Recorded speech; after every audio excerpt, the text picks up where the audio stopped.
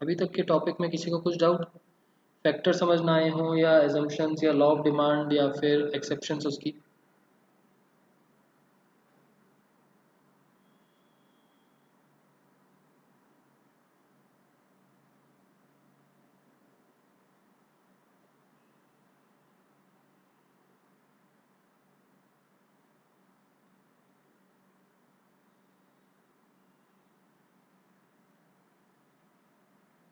ठीक है, सबको टॉपिक क्लियर है। चलो एक बार थोड़े से अदर फैक्टर्स भी देखते हैं। इस पूरे चैप्टर में ना यही सब चलता रहेगा। जो फैक्टर्स हैं उसी को हम अलग अलग तरीके से रिलेशनशिप्स वगैरह पढ़ते रहेंगे। जितने भी हमारे फैक्टर्स हैं, 5 फैक्टर्स हैं, उन्हीं पांचों को आपस में इंटर रिलेट करके एंड डिफरेंट डिफरेंट तरीके से पढ़ते रहेंगे। हमारे पास सेकंड फैक्टर कौन सा आता है? सेकंड फैक्टर था अदर देन प्राइस वाले में इनकम ऑफ कंज्यूमर, नहीं, प्राइस ऑफ रिलेटेड गुड्स। पहले price of related goods, price of related goods, P of Y. तो सबसे पहले तो आपके लिए टेस्ट बाद में है सिद्धार्थ। रिलेटेड गुड्स समझना बहुत ज़रूरी है। रिलेटेड गुड्स का मतलब, what do you mean by related goods? Competitors, okay.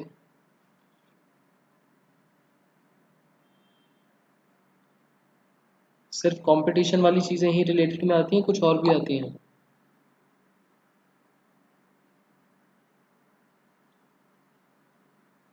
और भी आती हैं, ठीक है। सो बेसिकली रिलेटेड गुड्स दो कैटेगरी में जाता है। पहला सब्स्टिट्यूट गुड्स, दूसरा कॉम्प्लीमेंट्री गुड्स। सब्स्टिट्यूट गुड्स का मतलब it has relation like bread butter. संगनी रिलेशन तो दोनों में ही है। एक के अंदर पॉजिटिव रिलेशन है, एक के अंदर पॉजिटिव रिलेशन है और दूसरे के अंदर inverse relation.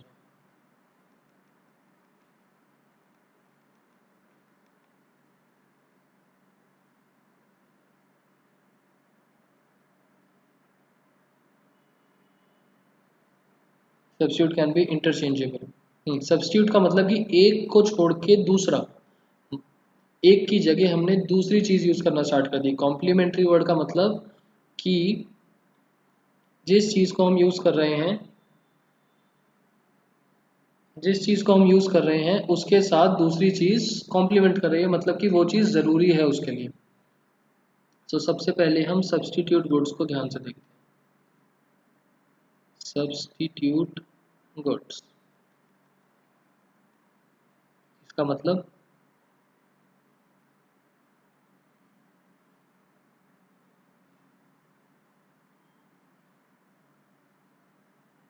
Pair of goods which can be used in place of other goods. For example,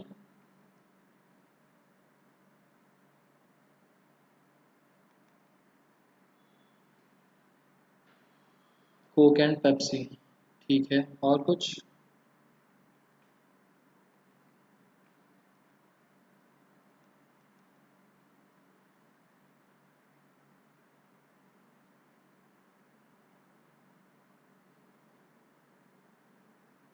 like if teacher absent then it is substituted by other teacher। ठीक है, वो भी कर सकते हो। कहीं पर अगर दो तीन टीचर्स हैं सेम सब्जेक्ट्स के, तो teachers can also be substituted. McD and burger king, okay. अगर स्पेसिफिकली आप बर्गर्स के बारे में बात कर रहे हो तो चलेगा, क्योंकि इन आउटलेट्स पे और भी बहुत सारी चीज़ें मिलती हैं। T and coffee, generic medicine.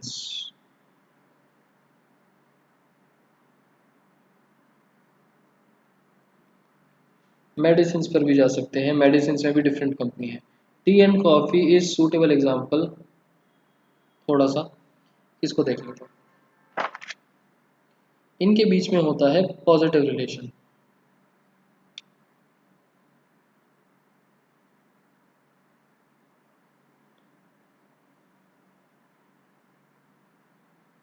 Tea coffee, हमारा प्रोडक्ट कौन सा है? मान लेते हैं टी हमारा प्रोडक्ट है और coffee is the substitute. This is the substitute. तो हम टी की क्वांटिटी लेंगे या प्राइस लेंगे?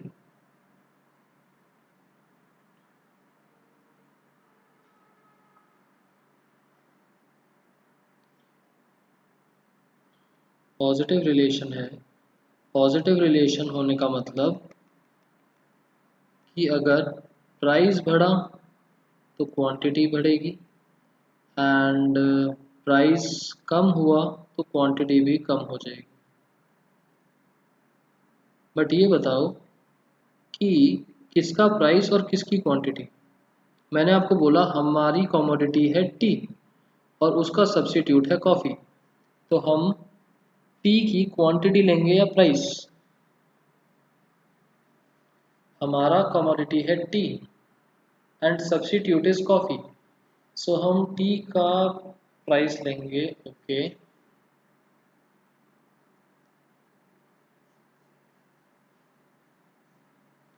क्वेश्चन समझ में नहीं आया आप लोगों को अगर, तो दोबारा से बोल देता हूँ।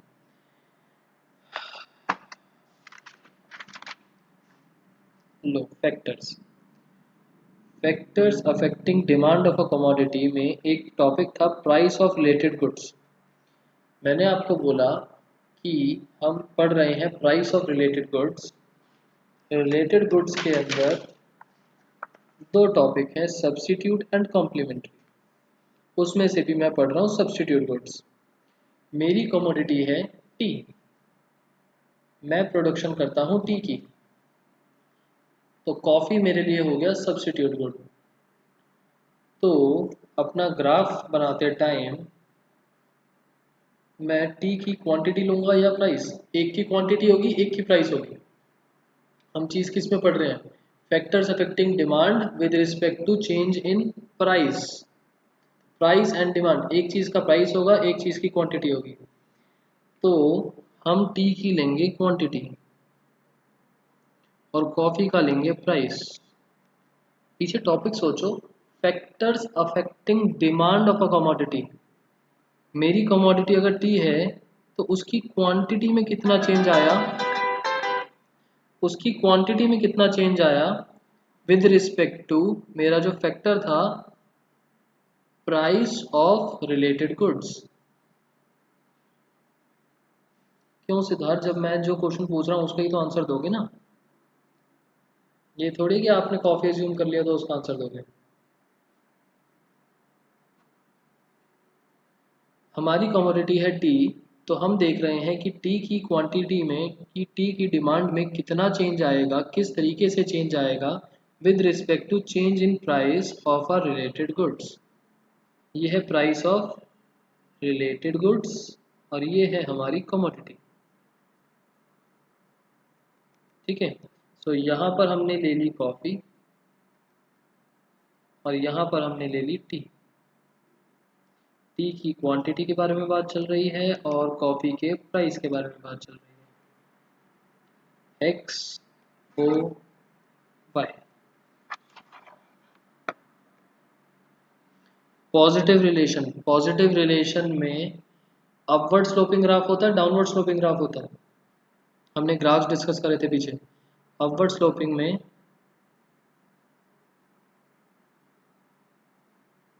नहीं समझा था। अपवर्ड स्लो पॉजिटिव रिलेशन में अपवर्ड स्लोपिंग होता है, डाउनवर्ड स्लोपिंग, बोथ।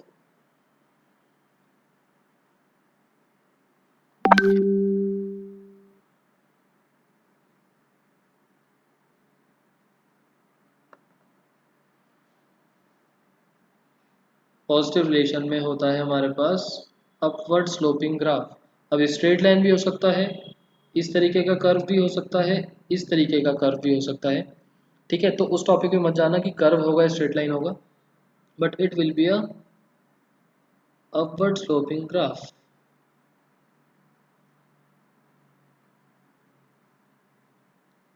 अगर हम पॉइंट ए से बी पर जाते हैं तो ये रहा मेरा,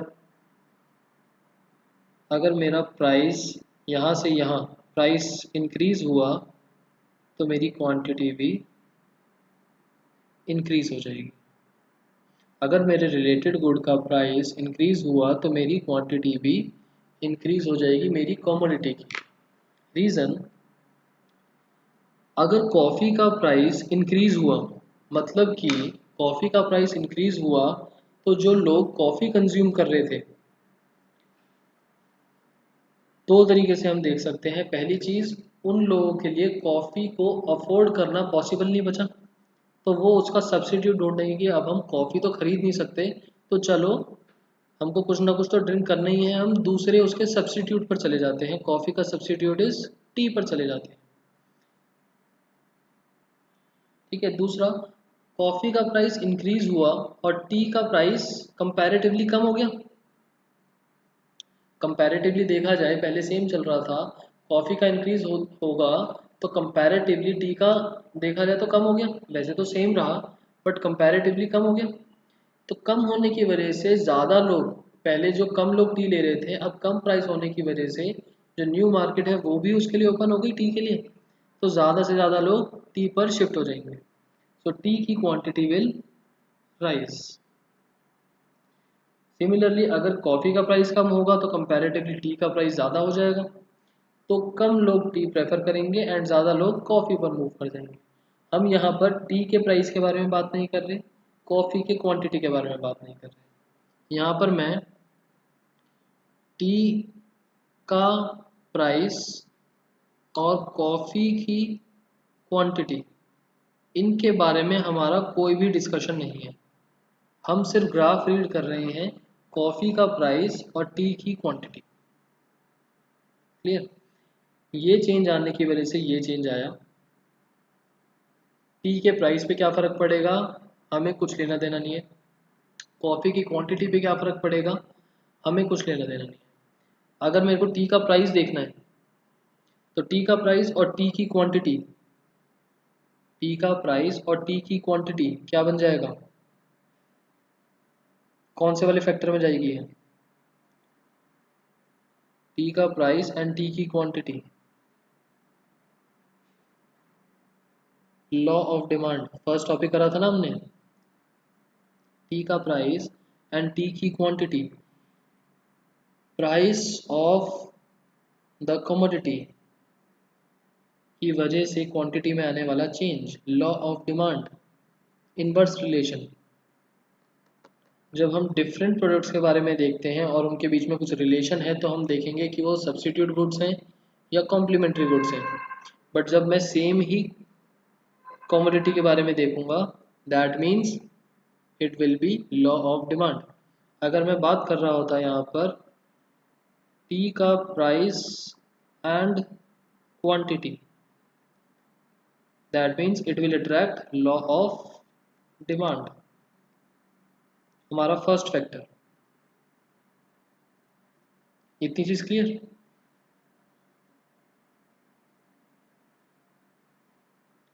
चलो, उसके बाद हमारे पास आए कॉम्प्लीमेंट्री गुड्स।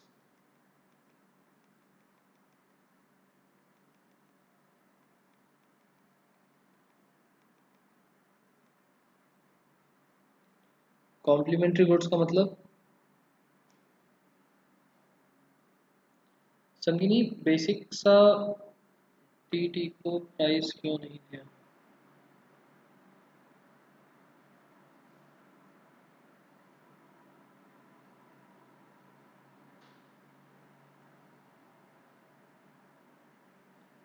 संगिनी, अगर मैं एक ही प्रोडक्ट के बारे में बात कर रहा हूँ, एक ही प्रोडक्ट की प्राइस और क्वांटिटी, दैट मीन्स जो हमने फर्स्ट फैक्टर लास्ट क्लास में पढ़ा था, प्राइस ऑफ द कमोडिटी या फिर लॉ ऑफ डिमांड,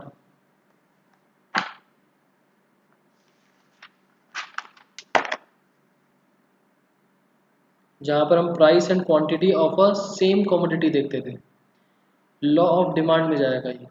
बट जब मैं, ये देखो, price of X, quantity of x.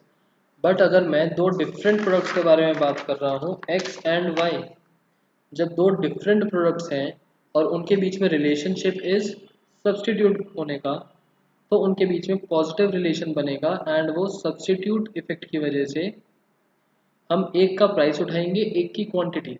अब डिपेंड करता है कि हमारी कमोडिटी क्या है और हमारे लिए रिलेटेड गुड क्या है। या तो क्वेश्चन में गिवन होगा या आपको एक चीज़ एज्यूम करनी पड़ेगी। मैंने यहाँ पर एज्यूम कर लिया कि टी मेरी कमोडिटी है और कॉफ़ी मेरा रिलेटेड गुड है। तो मैंने टी की क्वांटिटी उठाई और अपने रिलेटेड गुड का प्राइस उठाया कि मेरे रिलेटेड गुड के प्राइस में चेंज आने से मेरी कमोडिटी की क्वांटिटी में क्या चेंज आएगा। अगर मैं कॉफ़ी को अपना कमोडिटी बनाता तो टी बन जाता सब्स्टिट्यूट गुड। उस केस में मैं कॉफ़ी की क्वांटिटी पिक करता एंड टी का प्राइस पिक करता कि टी के प्राइस में चेंज आने की वजह से कॉफ़ी की क्वांटिटी में आने वाला change.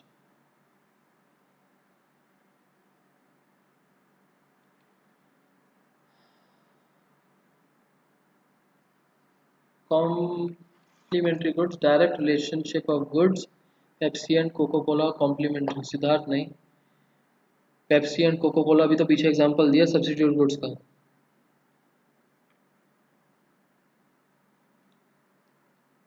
These are goods which are used together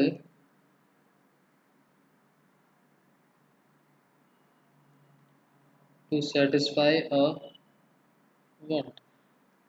एक ह्यूमन की वांट को सेटिस्फाई करने के लिए जिन गुड्स को साथ में यूज करा जाए, दोज आर कॉम्प्लीमेंट्री गुड्स।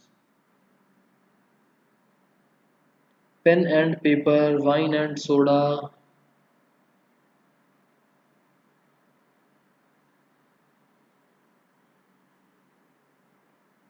और क्या एग्जांपल है, प्रिंटर एंड इंक, ये भी ठीक है। ब्रेड एंड बटर, ये भी ठीक है। पेन एंड पेपर,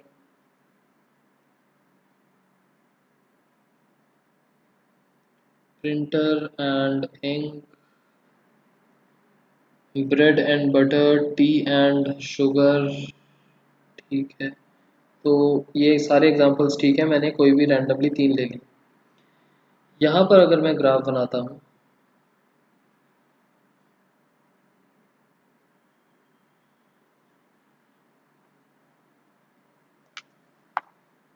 इसका शेड्यूल भी अगर आप बनाना चाहो तो शेड्यूल क्या बनेगा, सब्स्टिट्यूट गुड्स का शेड्यूल।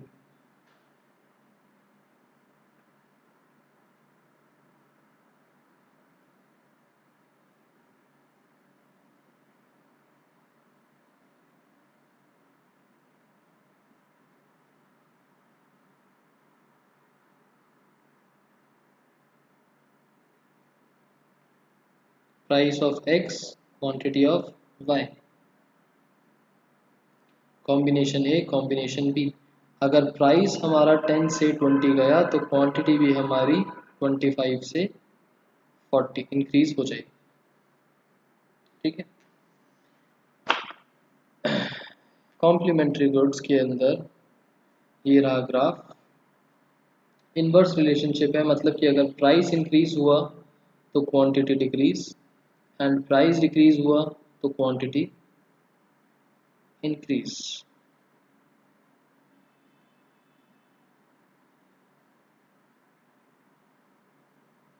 यहाँ पर हमारे पास चलता है इनवर्स रिलेशन। इनवर्स रिलेशन का मतलब डाउनवर्ड स्लोपिंग ग्राफ।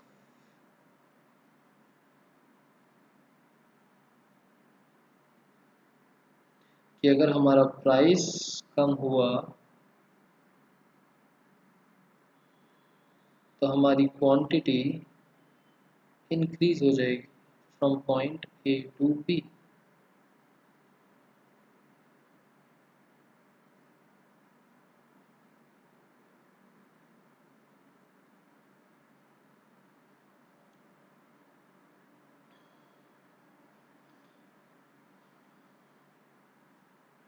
इस केस में x मेरी कमोडिटी है या फिर y मेरी कमोडिटी है, price of Y quantity of X. X commodity है या वाई कमोडिटी है?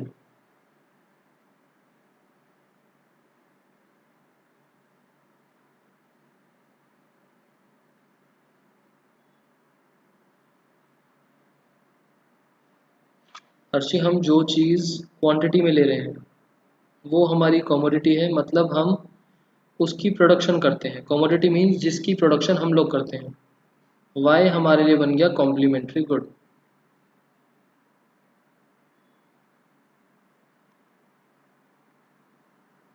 एक तरीके से मान के चलो कि मेरी फैक्ट्री है, मैं केस ले रहा हूँ प्रिंटर एंड इंक का, ठीक है।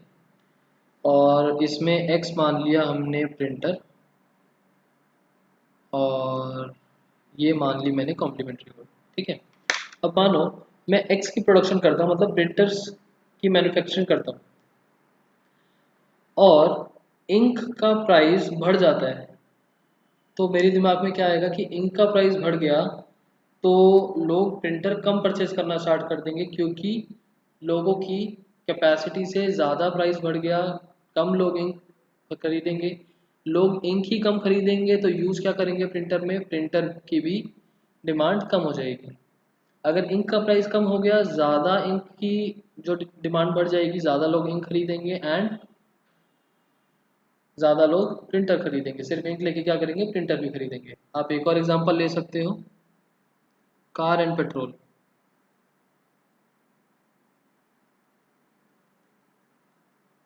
ठीक है। और इसके शेड्यूल में हम इन्वर्स रिलेशनशिप दिखा देंगे कि अगर प्राइस बढ़ा क्वांटिटी कम हो जाएगी, एंड प्राइस कम हुआ क्वांटिटी बढ़ जाएगी।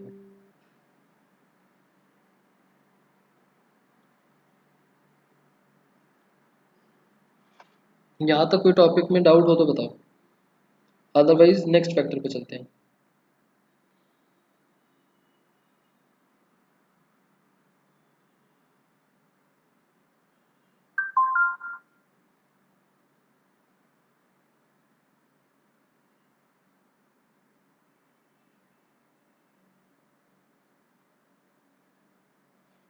इको के टेस्ट नेक्स्ट क्लास से और नेक्स्ट संडे से मैं आपको आज या फिर कल मॉर्निंग तक पक्का इको के नोट सेंड कर दूंगा।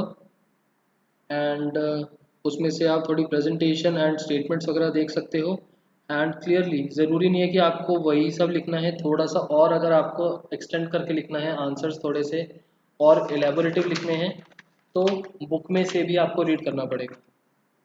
मेन मेन हेडिंग्स एंड लिखने का तरीका आप वहाँ से देख सकते हो, क्योंकि बुक के अंदर काफ़ी डिटेल्ड कंसेप्ट हैं। नेक्स्ट संडे से आप लोगों का टेस्ट है, एंड फर्स्ट टेस्ट हम लेंगे उसका इंट्रोडक्शन का।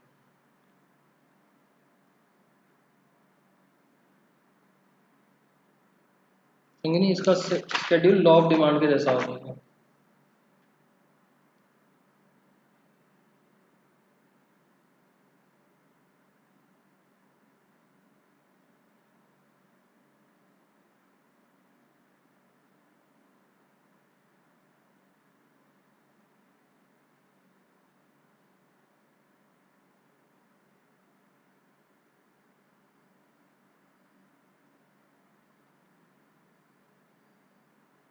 अगर प्राइस इंक्रीज हुआ तो क्वांटिटी कम हो जाएगी।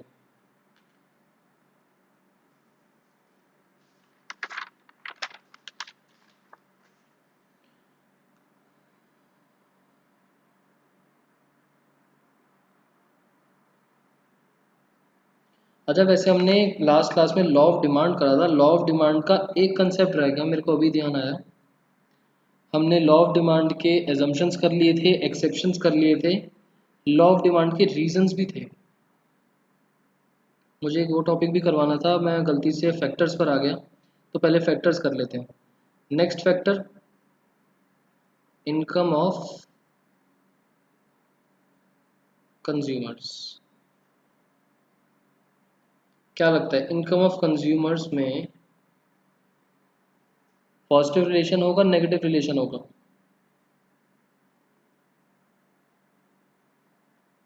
पॉजिटिव।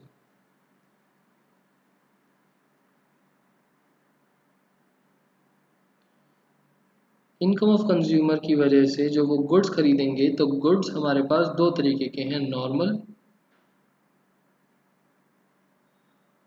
And inferior.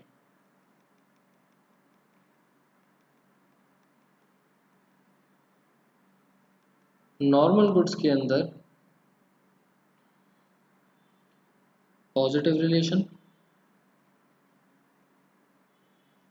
और इंफीरियर गुड्स के अंदर नेगेटिव रिलेशन।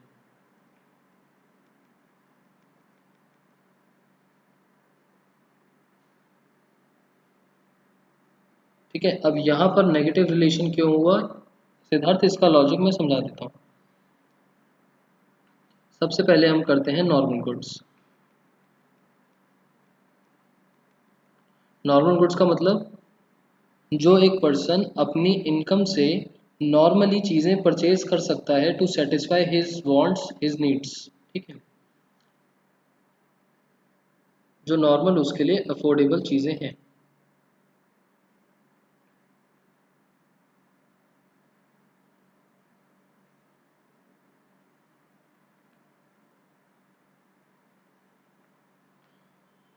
इनकम क्वांटिटी, यहाँ पर हमारे पास है पॉजिटिव रिलेशन। पॉजिटिव रिलेशन का मतलब कि अगर इनकम को हम रिप्रेजेंट करते हैं वाई से, अगर हमारा इंक्रीज इन इनकम है तो हमारे पास इंक्रीज इन क्वांटिटी होगा, एंड डिक्रीज इन इनकम है तो डिक्रीज इन क्वांटिटी होगा।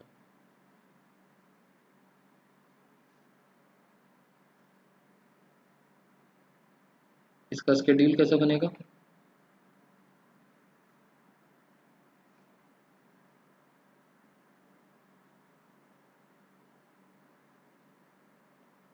Income quantity combination A combination B. अगर मेरी इनकम 100 से 200 हो गई तो मेरी क्वांटिटी भी 10 से 20 हो जाएगी, इंक्रीज कर जाएगी। नॉर्मल सी चीज़ है। पॉजिटिव रिलेशन का मतलब कि अगर मेरी इनकम बढ़ जाती है तो मैं खर्चा भी ज़्यादा करना स्टार्ट कर दूंगा। आज मेरी इनकम 10,000 रुपीज़ की है, बट अगर वो 10,000 से इंक्रीज होकर 20,000 हो गई तो ऑब्वियसली अभी जो मैं एक्सपेंस करता हूँ 5,000 का, वो मैं 10,000 का करना स्टार्ट कर दूंगा। मतलब ज़्यादा भी कर सकता हूँ, कम भी कर सकता हूँ, बट 5,000 से तो ज़्यादा ही एक्सपेंस हो जाएगा मेरा।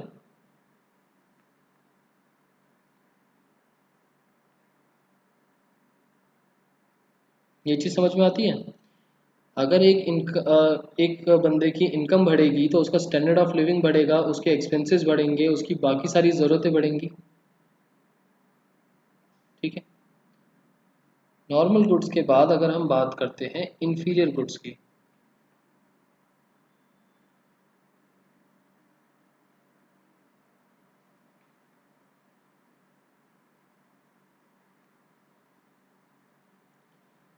इंफीरियर गुड्स के केस में क्या होगा?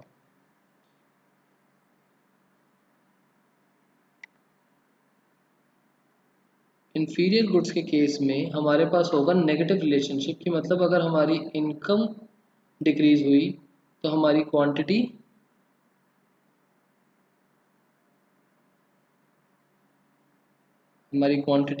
बढ़ जाएगी, और अगर हमारी इनकम इंक्रीज हुई तो हमारी क्वांटिटी कम हो जाएगी। इसका रीज़न, इंफीरियर गुड्स का meaning, inferior goods are those goods which are of low category। हम नॉर्मल गुड्स अफोर्ड नहीं कर पा रहे हैं तो हम इंफीरियर पर जाते हैं।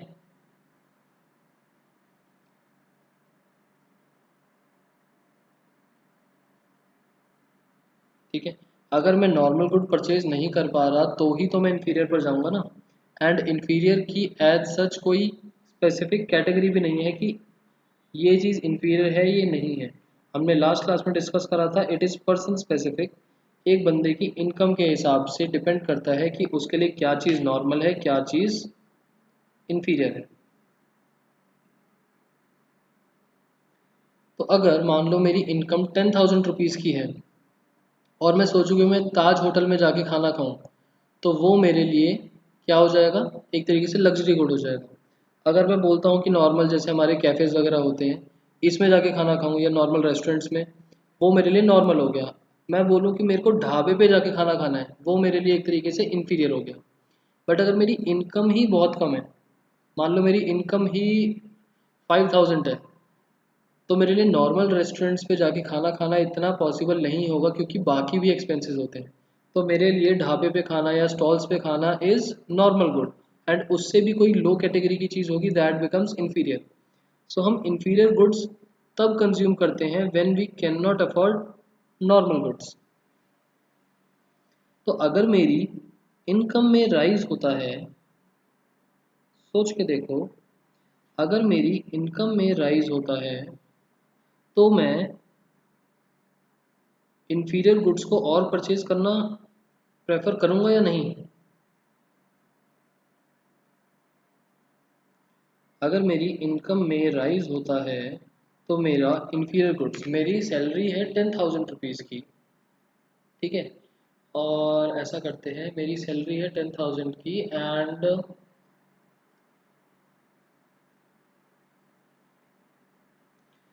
मुझे इंटरनेट लगवाना है। इंटरनेट अलग अलग तरीके से आता है। पहला, अगर मैं घर पे वाईफाई लगवाता हूँ, it cost me around 2,000 rupees, ठीक है। 10,000 की सैलरी में मैं 2,000 का वाईफाई एक्सपेंस कर सकता हूँ, क्योंकि मेरा सारा काम इंटरनेट से चलता है। तो 2,000 बिकम्स मेरे लिए नॉर्मल गुड, वाईफाई लगवाना।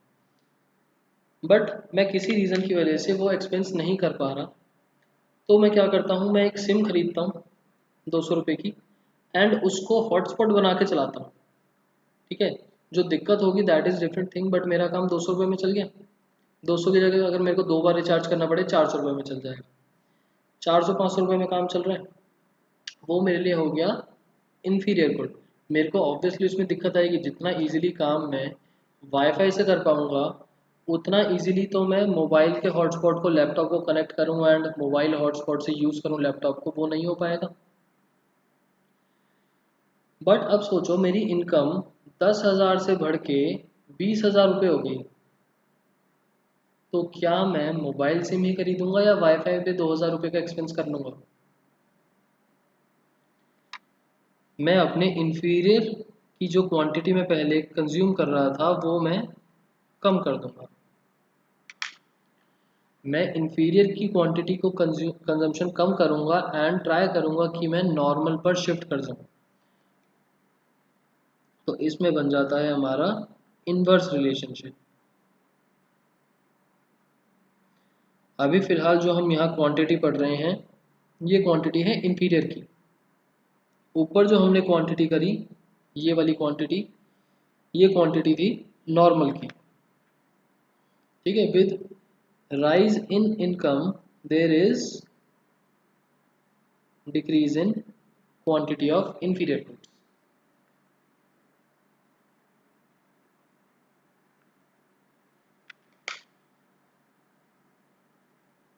ये चीज समझ में आई।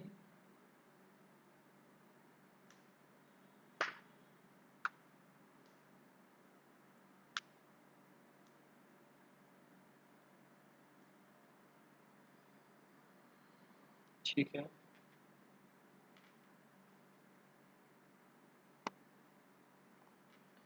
पीछे जो हमने पढ़ा था लॉ ऑफ डिमांड में भी हमने ये सब पढ़ा था। लॉ ऑफ डिमांड में भी हमने यहाँ पर इन्फीरियर पढ़ा था, लग्जरी पढ़ा था, इन्फीरियर पढ़ा था हमने। Exceptions of law of demand, मतलब कि लॉ ऑफ डिमांड में हमारे पास होता है, लॉ ऑफ डिमांड में हमारे पास होता है इनवर्स रिलेशन। इनवर्स रिलेशन की एक्सेप्शन मतलब कि ये सारी चीजें जो हमने नीचे पढ़ी, इन सब में पॉजिटिव रिलेशन लग रहा होगा,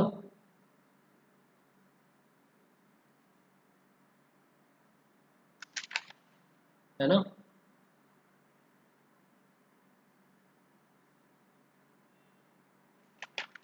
इन सब के अंदर पॉजिटिव रिलेशन लग रहा होगा कि अगर मेरी प्राइस कम होती है तो इसकी क्वांटिटी भी कम हो जाएगी। यहाँ पर मैंने पढ़ा कि अगर मेरी इनकम बढ़ती है तो मेरी क्वांटिटी कम हो जाएगी। वहाँ पर पॉजिटिव रिलेशन चल रहा था price of related goods and quantity price and quantity of the same commodity. यहाँ पर कंसेप्ट चल रहा है इनकम एंड क्वांटिटी। पीछे जो हमने पढ़ा था that is price and quantity commodity का। यहाँ पर हम पढ़ रहे हैं income and quantity of commodity. यहाँ पर हमारे पास था पॉजिटिव रिलेशनशिप और यहाँ पर हमारे पास आया negative relationship. Clear? So it depends कि हम किन दो चीज़ों के बीच में रिलेशन पढ़ रहे हैं। अगर मैं कमोडिटी के ही प्राइस और क्वांटिटी के बारे में डिफरेंस पढ़ रहा हूँ तो इन्फीरियर गुड्स मेरे लिए पॉजिटिव रिलेशन देगा, बट अगर मैं इनकम और इन्फीरियर गुड्स के बारे में रिलेशन पढ़ रहा हूँ तो वो मेरे को नेगेटिव रिलेशनशिप देगा। ठीक है? तो आपको बहुत क्लियरली ये चीज़ सोचनी पड़ेगी कि हम रिलेशनशिप पढ़ कौन सा रहे हैं। तो पॉजिटिव और नेगेटिव के हिसाब से याद मत रखना चीज़ों को, टॉपिक के हिसाब से याद रखना कि कहाँ पर क्या चीज़ यूज़ हो रही है, हम किन दो चीज़ों के बारे में स्टडी कर रहे हैं। ये जो चीज़ें हैं इन्फीरियर गुड्स के बारे में जो हमने पढ़ा, ये दो टॉपिक से रिलेटेड है। पहला टॉपिक इनकम इफेक्ट, दूसरा सब्स्टिट्यूशन इफेक्ट।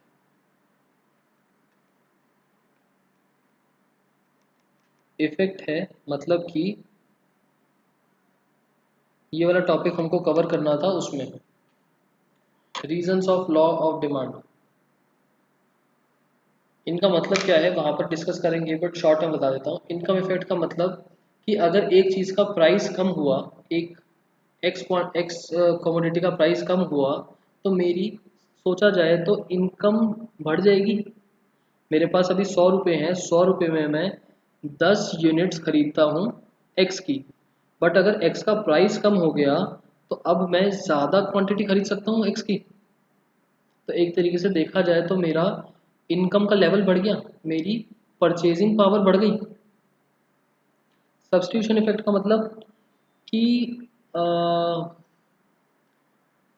जो मेरा सब्स्टिट्यूट है उसके प्राइस में कम ज़्यादा होने की वजह से, अगर मेरे सब्स्टिट्यूट का प्राइस कम हुआ तो मेरे लिए अभी वाला प्रोडक्ट महंगा हो गया, तो मैं उसकी क्वांटिटी कम कर दूंगा। तो ये दो इफ़ेक्ट्स हैं जिसकी वजह से वो इन्फीरियर और नॉर्मल गुड्स की क्वांटिटी कम ज़्यादा होती है। तो लॉ ऑफ डिमांड में हम इसको और अच्छे से पढ़ेंगे एंड इन्हीं दोनों चीज़ों के इफ़ेक्ट्स की वजह से जो यहाँ पर ये चेंजेस आए हैं वो होते हैं। ठीक है? इनकम इफेक्ट, सब्स्टिट्यूशन इफेक्ट आगे थोड़ा सा और डिस्कस कर लेंगे अच्छे से। फिलहाल का टॉपिक क्लियर हुआ?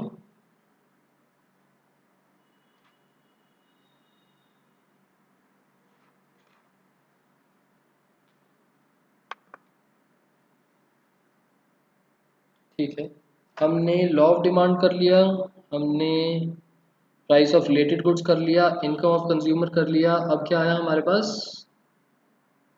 Test and preference. ये बहुत इजी सा है। Test and preference of consumers, T.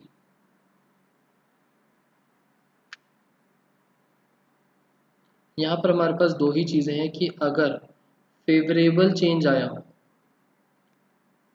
या फिर अनफेवरेबल चेंज आया, मतलब कि लोगों के टेस्ट में या लोगों की प्रेफरेंस में फेवरेबल चेंज आता है, लोगों के फेवर में ही चेंज आता है, जो प्रोडक्ट है उसके फेवर में ही चेंज आता है। कि मान लो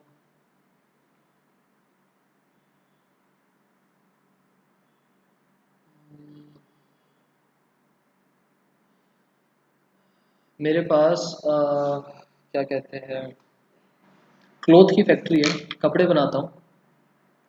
ठीक है, अब कपड़ों में डिफरेंट क्वालिटीज़ आती हैं, कॉटन के हो सकते हैं, सिल्क के हो सकते हैं एंड एक्रेलिक के हो सकते हैं। मैं बनाता हूँ कॉटन के क्लोथ्स, खादी के क्लोथ्स। मैं बनाता हूँ कॉटन क्लोथ्स। अब लोगों के टेस्ट में गर्मियाँ आई, अब ज़्यादा लोग प्रेफर कर रहे हैं कि हम कॉटन क्लोथ्स ले लें। लोगों के टेस्ट में और प्रेफरेंस में चेंजेस आए कॉटन क्लोथ्स लेने के लिए, कि गर्मी बहुत ज़्यादा पड़ेगी, कॉटन क्लोथ लेंगे, गर्मी हमको कम लगेगी, तो मेरे लिए फेवरेबल चेंज है। तो फेवरेबल चेंज आने की वजह से increase in quantity. Unfavourable change आया, सर्दियाँ आ गई, सर्दियाँ आ गई बट अभी भी मैं कॉटन क्लोथ्स ही बना रहा हूँ। कौन खरीदेगा कॉटन क्लोथ्स? लोग वूलन क्लोथ्स लेंगे। तो there will be decrease in quantity. ठीक है, सो नॉर्मल सी चीज़ कि अगर टेस्ट या प्रेफरेंस में लोगों की फेवरेबल चेंज आता है तो मेरी क्वांटिटी इंक्रीज हो जाएगी, एंड अनफेवरेबल चेंज आता है तो मेरी क्वांटिटी डिक्रीज हो जाएगी।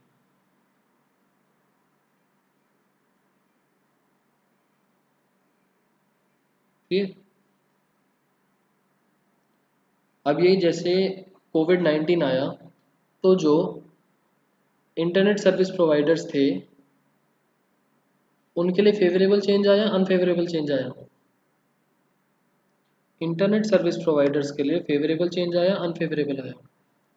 फेवरेबल आया, क्योंकि ऑनलाइन की डिमांड बढ़ गई, लोग ज़्यादा ऑनलाइन पर शिफ्ट हो रहे हैं, क्लासेस ऑनलाइन हो रही हैं, शॉपिंग ऑनलाइन होती थी बट जैसे अभी तो रिस्ट्रिक्शन है बट स्टिल अब दोबारा से जैसे चालू हो गई ऑनलाइन, लोगों ने ऑनलाइन चीज़ें ज़्यादा करनी यूज़ कर दी।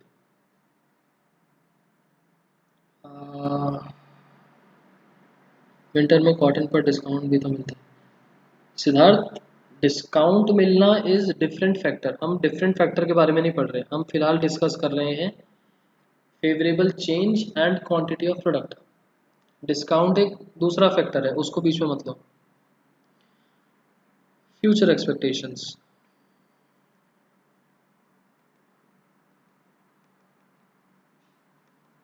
यहाँ पर आप बात कर सकते हो डिस्काउंट वगैरह की। फ्यूचर एक्सपेक्टेशंस ई से डिनोट कर देते हैं। फ्यूचर एक्सपेक्टेशंस भी एक तरीके से फेवरेबल अनफेवरेबल ही होती हैं।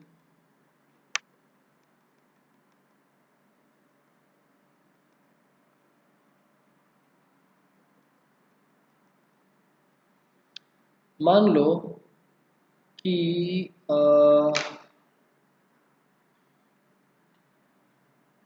गवर्नमेंट चेंज हुई, गवर्नमेंट चेंज होने की वजह से आपको पता है कि पेट्रोल के प्राइस में चेंज आने वाला है। ठीक है, तो आपने देखा कि जब पेट्रोल के प्राइस चेंज होने वाले होते हैं तो पेट्रोल पंप्स के पीछे लाइन लग जाती है। या चलो पेट्रोल पंप छोड़ो, डीमोनेटाइजेशन आया था 2 साल पहले, याद है? डीमोनेटाइजेशन हुआ था, 2000 के नोट आने स्टार्ट हुए थे एंड बाकी 1000 रुपीज़ एंड 500 रुपीज़ के नोट बंद हो गए थे। लोगों को पता था जैसे ही अनाउंसमेंट करी नरेंद्र मोदी ने कि हम नोट बंद कर रहे हैं, 2000 के नोट आ रहे हैं एंड अपने करेंसी कन्वर्ट करवा लो, लोगों में एकदम से काफ़ी ज़्यादा क्योस समझ गया कि हमको बैंक जाना है, करेंसी कन्वर्ट करवानी है, किसी के पास ब्लैक मनी है, क्या करें क्या ना करें। तो फेवरेबल चेंज या अनफेवरेबल चेंज आने की वजह से मार्केट में काफ़ी ज़्यादा अप डाउन हुआ था।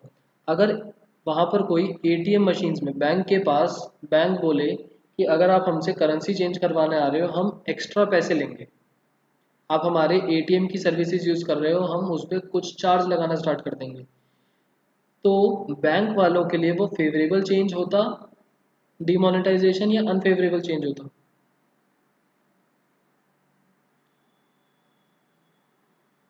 डीमोनेटाइजेशन की वजह से अगर बैंक वाले एक्स्ट्रा चार्जेस लगा देते, बैंक वालों के ऊपर तो कोई रिस्ट्रिक्शन नहीं है कि आप चार्जेस लगाओ मत लगाओ, वो तो लोग सर्विसेज यूज़ कर रहे हैं। अगर बैंक वाले उस पर चार्जेस लगाना स्टार्ट कर देते तो there is a favourable change for banks, so वो प्राइस बढ़ा देते। सो इस कंडीशन में हमारे प्राइजेज जो है, क्वांटिटी जो है वो इंक्रीज हो जाएगी, अनफेवरेबल में क्वांटिटी हमारी डिक्रीज हो जाएगी। दूसरी तरीके से सोच के देखो, सर्दियाँ आने वाली हैं, थोड़े टाइम बाद आएंगी, तो वूलन क्लोथ्स के प्राइजेस मतलब हमको डिमांड उसकी बढ़ जाएगी क्योंकि उसके प्राइस बढ़ने वाले हैं, तो हम अभी से ही लेना स्टार्ट कर देंगे। सर्दियां जाने के बाद प्राइसेस कम हो जाते हैं क्योंकि हमें पता है कि सर्दियां चली जाएंगी, 6-7 महीने तक यूज़ ही नहीं आएंगे वूलन क्लोथ्स, तो हम क्यों लेंगे उसको, तो वो कम प्राइस पर देना स्टार्ट कर देते हैं, तो उसकी क्वांटिटी भी कम हो जाती है। 5 फैक्टर्स थे, पांचों फैक्टर समझ में आ गए?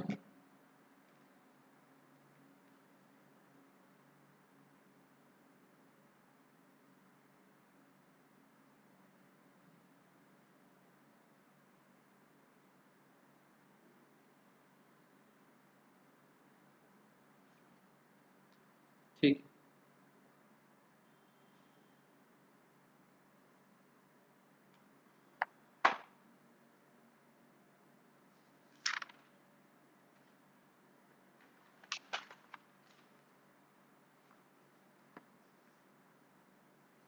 जो प्राइस ऑफ रिलेटेड गुड्स था,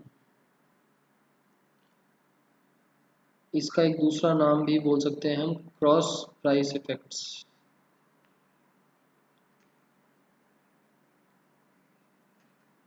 क्रॉस प्राइस इफेक्ट्स का मतलब कि क्रॉस प्राइस का मतलब हो गया कि किसी दूसरे प्रोडक्ट के रिस्पेक्ट के, किसी दूसरे प्रोडक्ट के प्राइस के रिस्पेक्ट में आने वाले चेंजेस, किसी दूसरे प्रोडक्ट के प्राइस में आने वाले चेंजेस, क्रॉस प्राइस।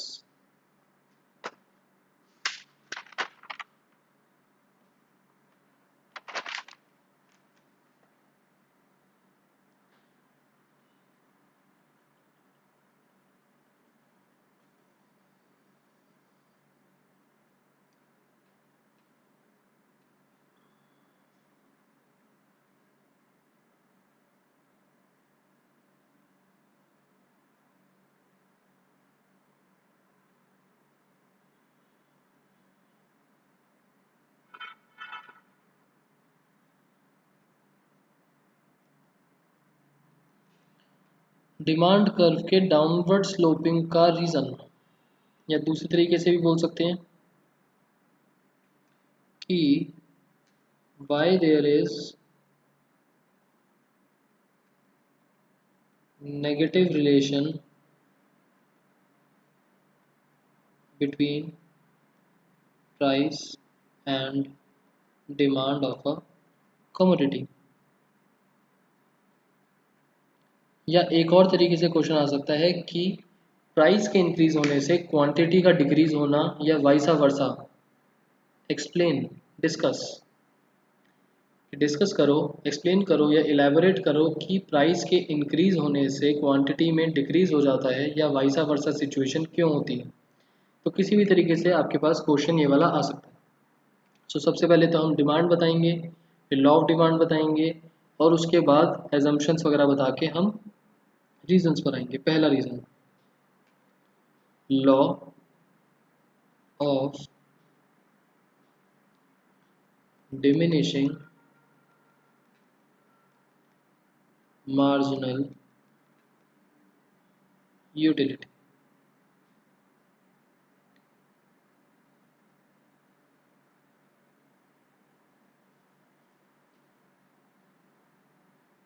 हर्ष, डिक्रीज होगी बट क्यों होगी, इसका रीजन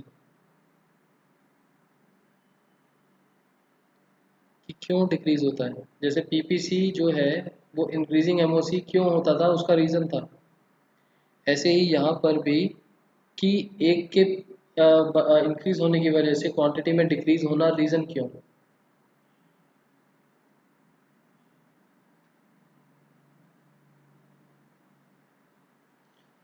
डिमिनिशिंग का मतलब तो होता है कम होना। मार्जिनल यूटिलिटी, मार्जिनल मतलब मैंने आपको बताया था एडिशनल। यूटिलिटी किसी को पता है क्या होता है?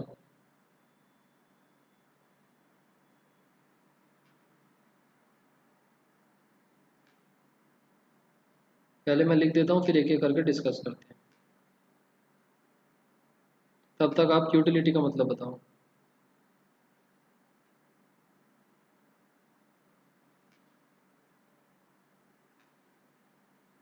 यूजेज नहीं, और कुछ?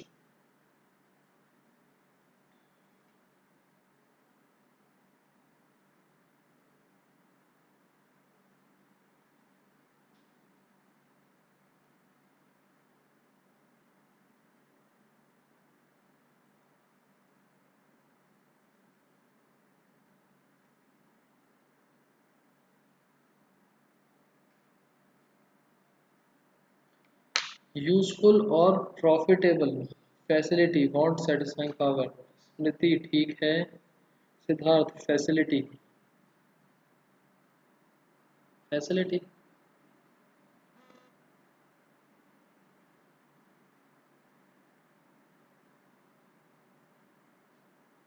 सेटिस्फैक्शन। हर्षी, सिर्फ सेटिस्फैक्शन बोलना ठीक नहीं होगा।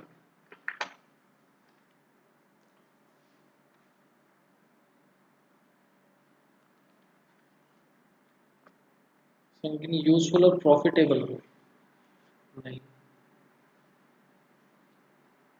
ठीक है। यूटिलिटी डिमिनिशिंग का मतलब तो आपको पता ही है, एक तरीके से डिक्रीज बोल सकते हो आप। मार्जिनल का मतलब हमने फर्स्ट क्लास में देखा था, दैट मीन्स एडिशनल। इकोनॉमिक्स में marginal means additional. Utility, it comes from the word utils, and utils क्या होता है?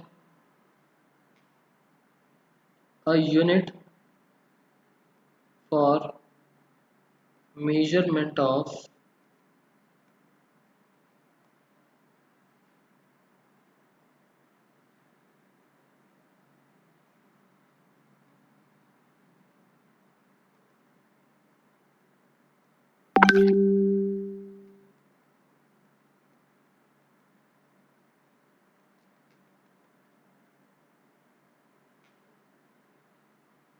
जो ह्यूमन वांट्स की सेटिस्फेक्शन है, उस सेटिस्फेक्शन को मेजर करने वाली यूनिट को हम इकोनॉमिक्स में यूटिल्स से रेफर करते हैं।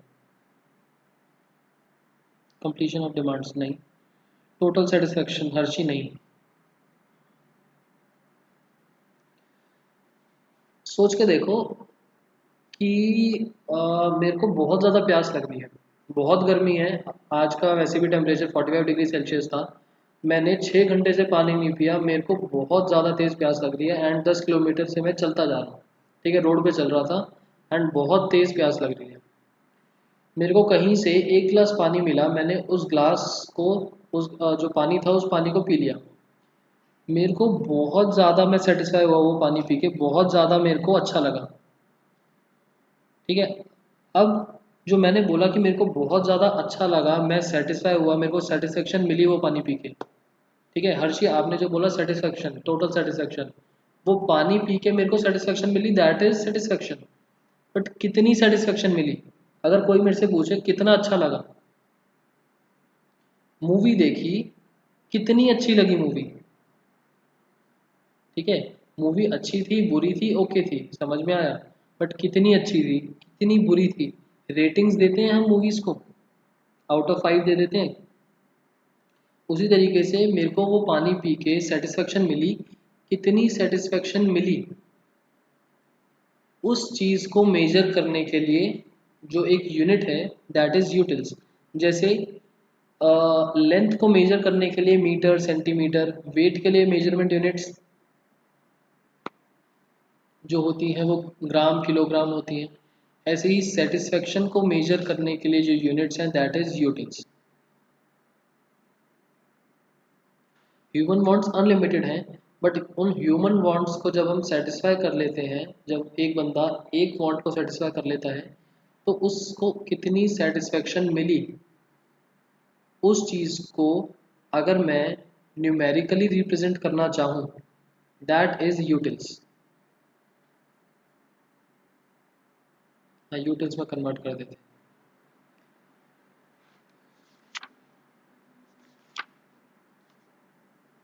ठीक है। सो ये मार्जिनल यूटिलिटी वाला कंसेप्ट हमारा कंज्यूमर इक्विलिब्रियम से कनेक्टेड है।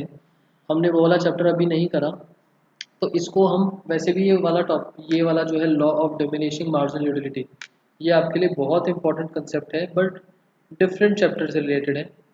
तो फिलहाल के लिए मैंने आपको थोड़ा बेसिक सा बता दिया कि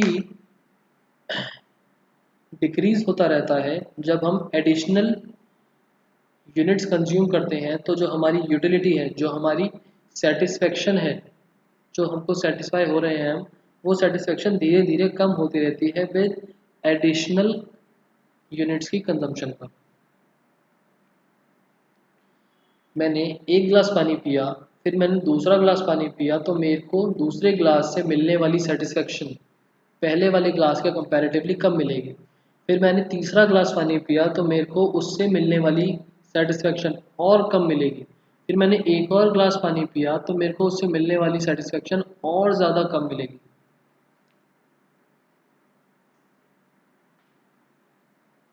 ठीक है।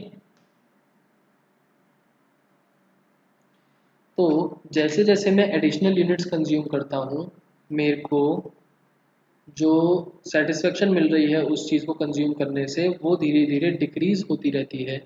उस डिक्रीज़ होने की वजह से अगर मेरे को सेटिस्फेक्शन कम मिलेगी तो मैं उस चीज़ के लिए पे भी कम करना प्रेफर करूँगा। जैसे मेरे एग्जांपल में मैं 10 किलोमीटर चल रहा था, बहुत ज़्यादा गर्मी थी, बहुत ज़्यादा प्यास लग रही है, मैं फेंट होने वाला हूँ, तो मैं उस एक गिलास पानी के लिए 100 रुपये देने के लिए तैयार हूँ कि 100 रुपये ले लो बट मेरे को पानी दे दो। बट एक गिलास पीने के बाद मैं थोड़ा सा सेटिस्फाइड हूँ कि चलो काम चल जाएगा।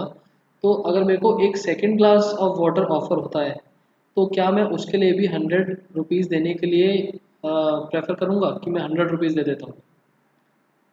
हो सकता है दे दूँ कि अगर मेरे को प्यास लग रही है मैं दे दूँ, बट जनरली हम नहीं देंगे कि एक गिलास तो पी लिया, अब काफ़ी अच्छा लग रहा है, बाद में देखेंगे।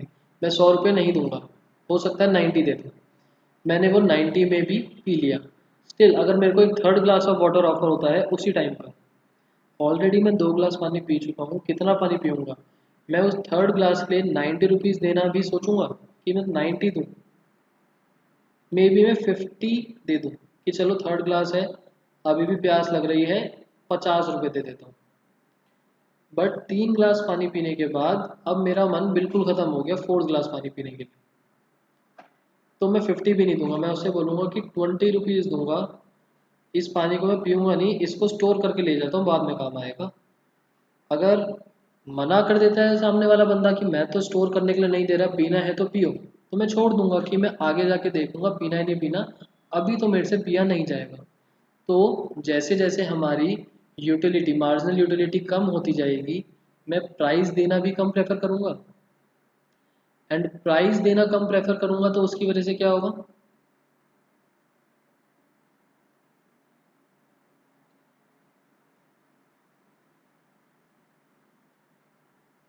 क्वांटिटी डिक्रीज और इंक्रीज।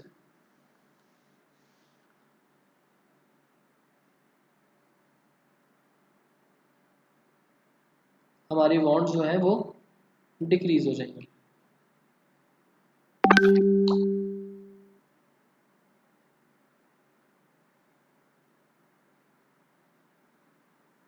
फर्स्ट पॉइंट क्लियर हो गया सबको।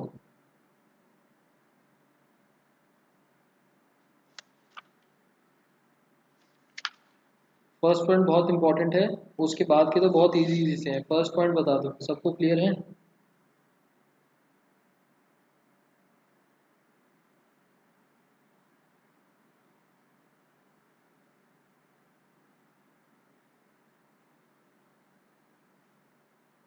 ठीक है, सेकंड इनकम इफेक्ट, पीछे हमने थोड़ा सा डिस्कस करा। Income effect and substitution effect आपका जो है वो क्रॉस प्राइस इफेक्ट से रिलेट आप कर सकते हो रिलेटेड गुड्स के अंदर। इनकम इफेक्ट मींस ये दोनों साइमल्टेनियसली चलते हैं, कहीं पर income effect and substitution effect दोनों का जो इफेक्ट है वो साथ में आता है, एंड फिर चेंजेस आते हैं क्रॉस प्राइस इफेक्ट में। ठीक है, जो इंपीरियर गुड्स नॉर्मल गुड्स थे या फिर सब्स्टिट्यूशन कॉम्प्लीमेंट्री गुड्स थे, income effect and substitution effect का साथ में रोल आता है। कि जैसे जब इनकम बढ़ रही थी कंज्यूमर की तो इनकम इफेक्ट भी आएगा और सब्स्टिट्यूशन इफेक्ट भी आएगा।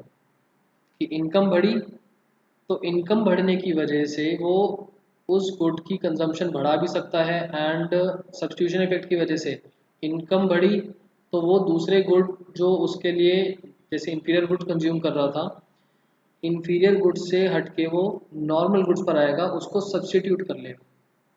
तो दोनों ये रूल्स साथ में चलते हैं। Income effect means basically income effect means कि जब मेरे प्राइस में चेंजेस आते हैं, ये सारे के सारे हम लॉ ऑफ डिमांड के केसेस पढ़ रहे हैं। लॉ ऑफ डिमांड के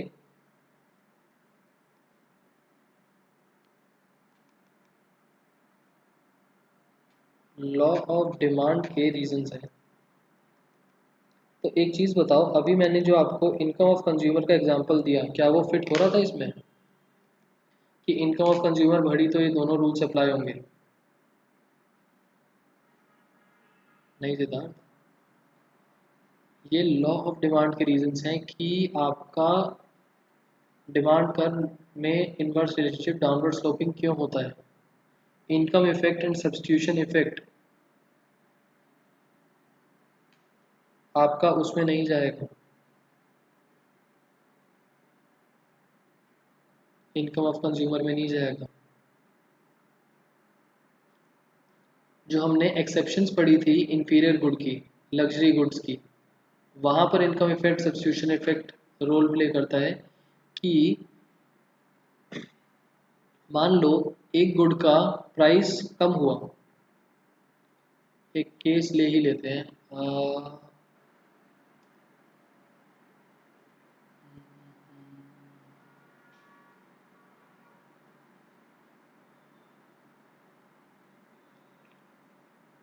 दो पेन है, एक नॉर्मल सा पेन है, टी कॉफ़ी तो सिद्धार्थ सब्स्टिट्यूट गुड्स हो गए, इंफीरियर और नॉर्मल का एग्जांपल ले रहा हूँ।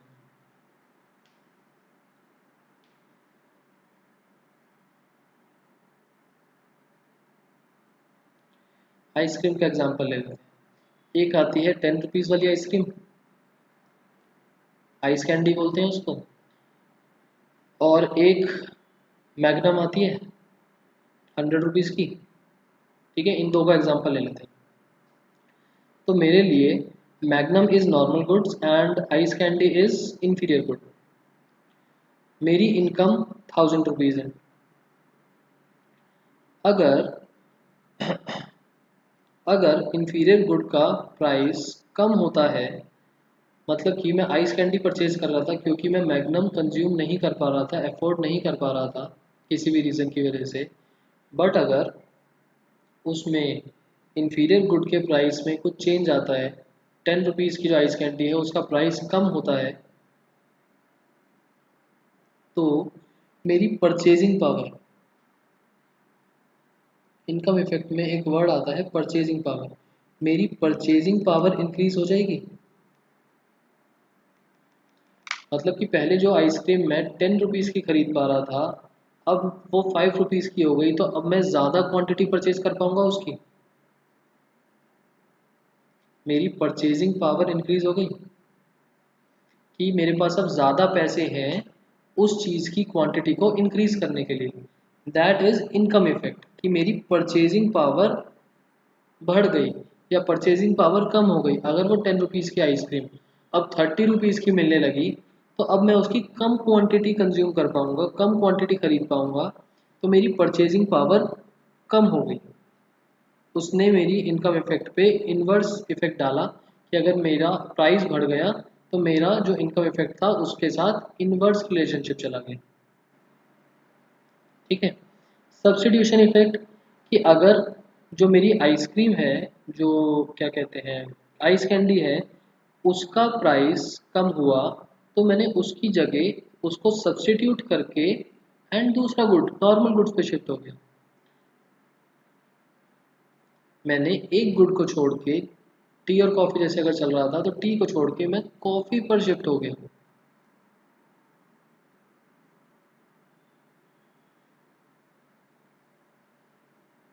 पीछे हमने इन्फीरियर के और भी कुछ एग्जांपल्स लिए थे, इन्फीरियर एंड नॉर्मल के। अगर इन्फीरियर का प्राइस कम हुआ तो मैं उसको छोड़ के नॉर्मल गुड्स पर शिफ्ट कर जाऊंगा, मतलब मैंने सब्स्टिट्यूट कर दिया इन्फीरियर की जगह सब्स्टिट्यूट नॉर्मल को। अगर नॉर्मल गुड्स कंज्यूम कर रहा हूँ, नॉर्मल के प्राइजेज हो गए इंक्रीज, नॉर्मल गुड्स के प्राइस हो गए इंक्रीज, 100 रुपये की आइसक्रीम अब 200 रुपये की मिलने लगी, तो क्या मैं उसको खरीद पाऊंगा? नहीं खरीद पाऊंगा। मैंने मैग्नम को सब्स्टिट्यूट करके आइस कैंडी पर शिफ्ट कर गया, मैंने उसको सब्स्टिट्यूट कर दिया, चेंज कर दिया। So income effect and substitution effect साथ में रोल प्ले करते हैं, दोनों का कंबाइंड इफेक्ट हमको बताता है कि हमारी क्वांटिटी इंक्रीज होगी डिक्रीज होगी। बेसिकली ये दोनों मिलके हमारा इनवर्स रिलेशनशिप बना देते हैं एक कमोडिटी का प्राइस और क्वांटिटी में।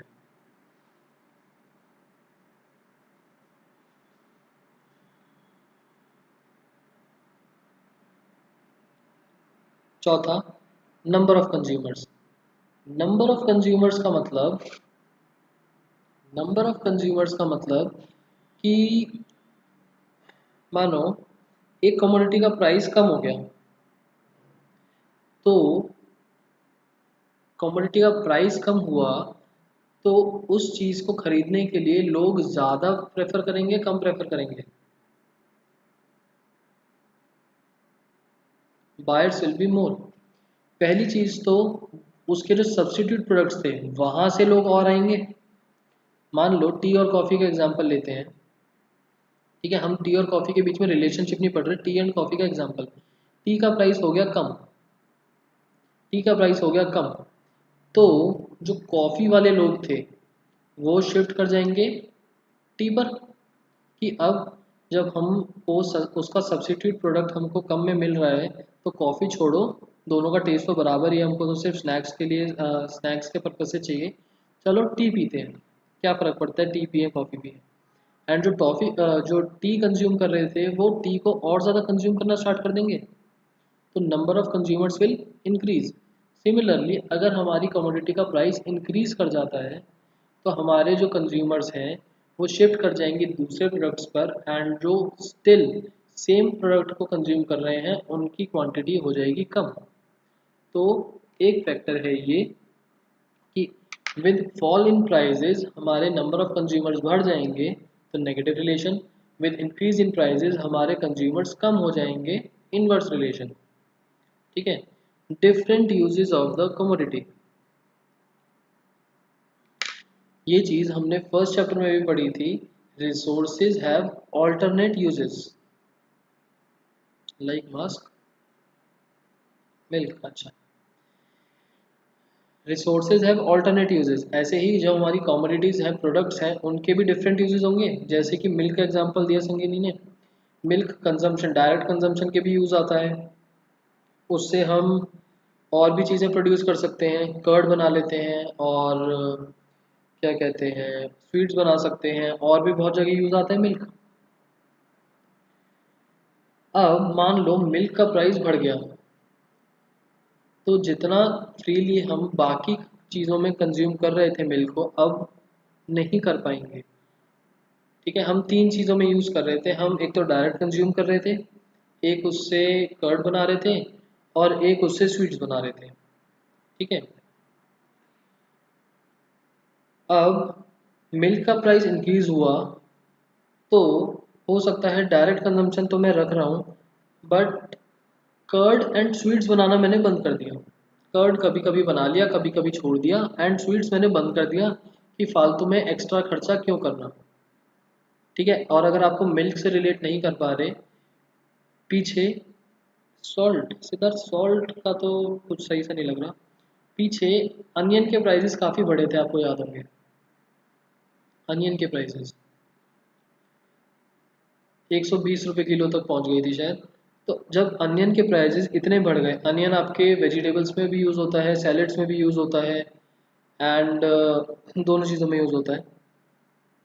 अनियन के प्राइसेस बढ़ गए तो क्या आप उतना फ्रीली जैसे आप उसको कंज्यूम कर रहे थे, सैलेड में भी थोड़ी सी बच भी गई तो चलो फेंक दो, सब्जी में डाल दी, ज़्यादा डाल दी, उतनी फ्रीली यूज़ कर पाओगे?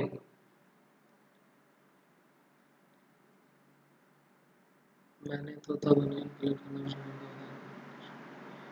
ठीक है, बट अगर अनियन के प्राइसेस बहुत कम हो गए, उसके बाद जब बहुत ज़्यादा कम हो गए तो हम अनियन को नॉर्मल प्रोडक्ट की तरह यूज़ कर रहे थे कि कोई बात नहीं, अगर थोड़ी बच भी गई चलो फेंक दी, ख़राब है कोई बात नहीं। जब प्राइस ज़्यादा थे तब हम संभल के भी लाते थे, कम भी लाते थे, एंड देख के लाते थे कि ख़राब ना निकले, कि फेंकनी पड़ेगी फालतू में, हमारे पैसे ज़्यादा वेस्ट होंगे। ठीक है, so different uses of commodity, कि अगर हमारे प्राइस में इंक्रीज आता है तो उसकी वजह से हम जो हम कमोडिटी को डिफरेंट यूज़ कर रहे थे, कुछ यूजेस रोक देंगे, तो ऑटोमेटिकली उसकी क्वांटिटी भी कम हो जाएगी।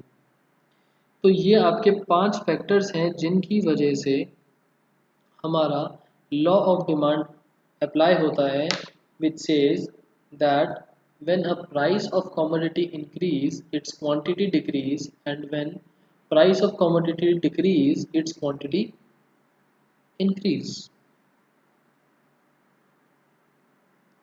पांचों टॉपिक्स क्लियर?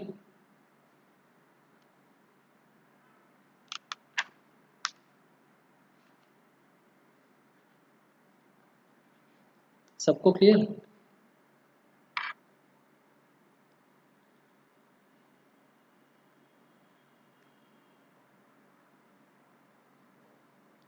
अब इस चैप्टर में हमारा बस एक टॉपिक बचा है,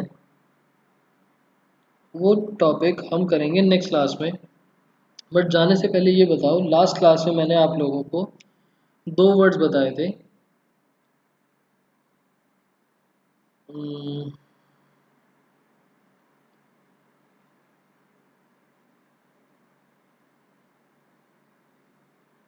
change in demand, change in quantity demanded. Basically demand and quantity demanded, दो वर्ड्स मैंने पीछे आप लोगों को रेफर करे थे। बताओ इन दोनों में क्या डिफरेंस है, जो भी आप लोगों को याद हो।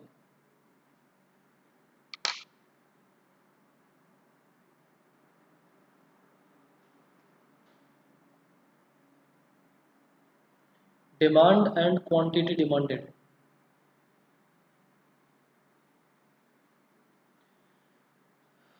क्वांटिटी मतलब रिक्वायरमेंट एंड डिमांड मतलब प्राइस।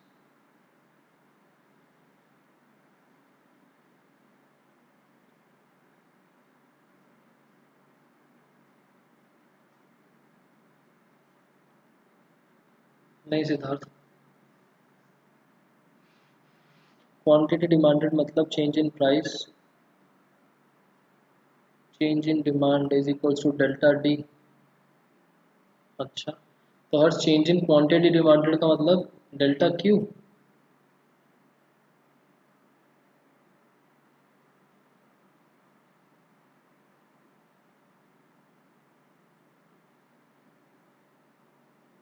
और डिमांड क्या क्वांटिटी नहीं होती?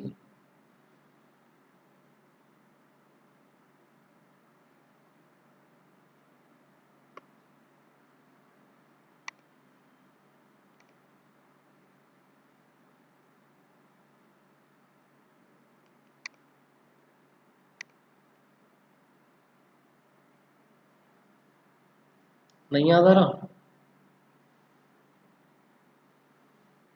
क्वांटिटी डिमांड मतलब रिक्वायरमेंट ऑफ प्रोडक्ट,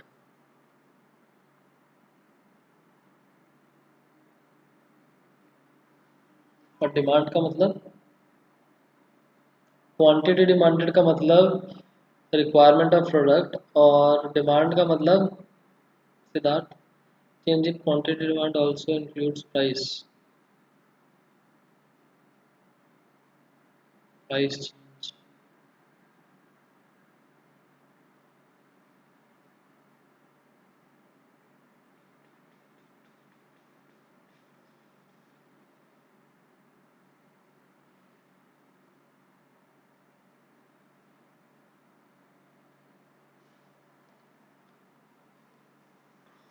लिख पाया था वैसे मैंने?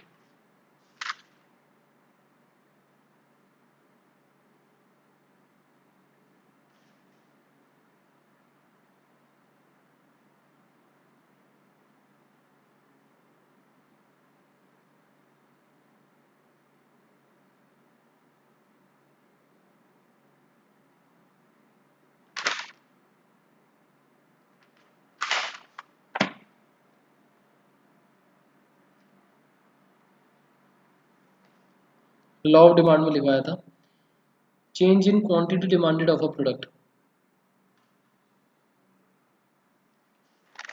मतलब बेसिकली जो चेंज इन डिमांड है वो होता है फैक्टर्स अदर देन प्राइस की वजह से, और चेंज इन क्वांटिटी डिमांडेड होता है चेंज इन प्राइजेस की वजह से, change in factors other than price and change in price.